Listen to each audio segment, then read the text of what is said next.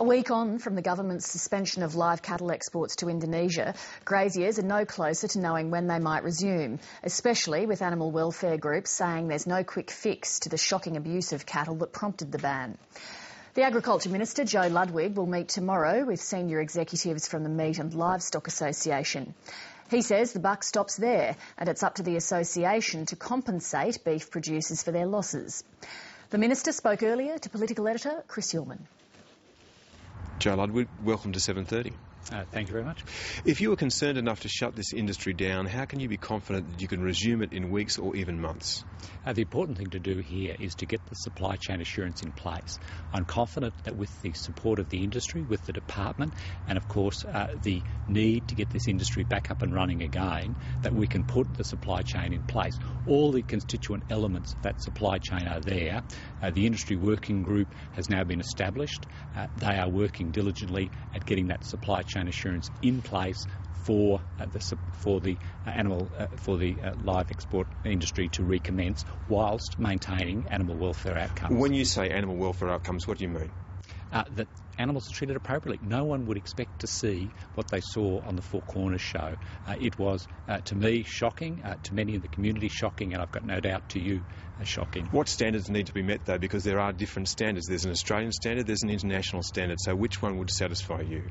What I'm keen to see is the OIE standard, that is the international standard, and encourage stunning. I think it's important that the industry take that position and encourage stunning. It's a much better way to provide for animal welfare outcomes. Encourage but not ensure. To encourage. So what does that mean, though, that we won't see stunning? We'll see stunning in some abattoirs, not others? I would expect the industry to take a good lead on this. I would expect them to see stunning as one of the constituent elements. But of course, in the operationalising the OIE guidelines, I would expect the OIE guidelines to be met and encourage stunning. Are there any abattoirs that meet those standards now? There are veterinaries of the Department of DAF in Indonesia. I've got reports that some of them may meet that standard. What we do have to do is have a look at each of those abattoirs, find out whether or not they do meet those standards, and if they do, we can start that process. But that's only part of the chain. How can you not know now whether or not they meet those standards? It's only part of the chain because, of course, they're in Indonesia. Indonesia's a sovereign country. It's a requirement for us to look at the supply chain all the way through. So it's not only, it's not only the abattoirs themselves.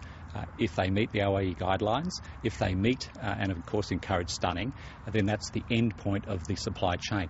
We also have to ensure that we've got traceability through the supply chain and accountability and independent auditing. So how long will that take? Can you give us a time frame? It's up to industry. I've established an industry working group, but let me be clear about this. I've asked them to work as quickly and as hard and as fast as they can because it is important that we do get this industry up and running again. We're talking weeks or we're talking months? Industry tells me as soon as practicable. So I envisage a short time frame, but that will mean industry will have to work very hard to maintain animal welfare outcomes because they've got a social licence. That social licence has been severely dented by the Four Corners program and by the practices that everyone in the community has seen. To regain that social licence, I encourage them to make sure that when they put that industry back up and on its feet again and exporting into countries that they ensure animal welfare outcomes. Where does the buck stop here? Does it stop with you?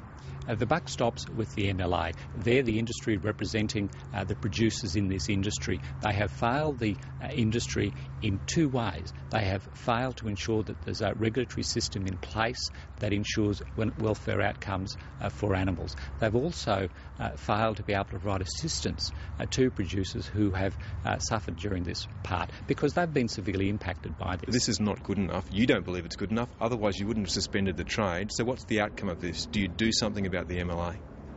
The MLA, of course, is, let me put that aside for a moment, because what I'm concentrating on is getting this industry up and running again as quickly as possible. It's very important that we get the live animal export market reopened and trade resumed, both for the domestic producers and, of course, for our international markets. But let me be clear, in terms of MLA, I'll come back to that. I'll have a look at what their actions have been throughout this period. Are you satisfied with them? It's not about whether I'm satisfied with them. Sure, they're the representatives of the producers. The producers might have a view about the MLA. And you're the minister who has the power to shut this industry down. Surely the buck stops with you. What I have the power to do is provide control orders to allow the industry to export. I've exercised my power to suspend using those control orders because of the animal welfare outcomes are simply not up to scratch. And what was your legal advice on shutting this industry down when it comes to compensation? Can I be clear about compensation? The MLA are responsible to provide assistance onshore. What I've asked them to do is provide $5 million to provide assistance for those areas around watering, feeding cattle to make sure that they're well looked after. And will they provide it? MLA have got a responsibility for their producers to do just that. And you're going to direct them to do just that? I've certainly directed them to do just that. And when will that money be coming through? I'm going to meet with them tomorrow where they've got an opportunity of providing a response to me. I'm keen to hear their response. I expect it to be yes. $5 million might deal with the immediate needs, but in the end there may be compensation claims and the government will be liable, won't it, because this was your decision?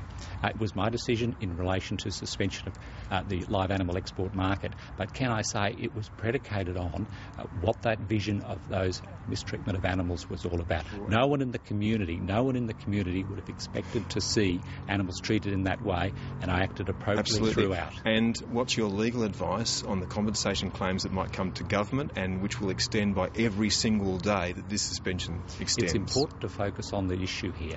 This is about getting the trade back up and running as quickly as it can, but ensuring appropriate animal welfare outcomes. The advice that I've got from the department is that the powers that I have to suspend were available to me to exercise in the way that I did. Why? Because of the animal welfare outcomes were not being met. Minister, we'll have to leave it there. Thank you. Thank you very much.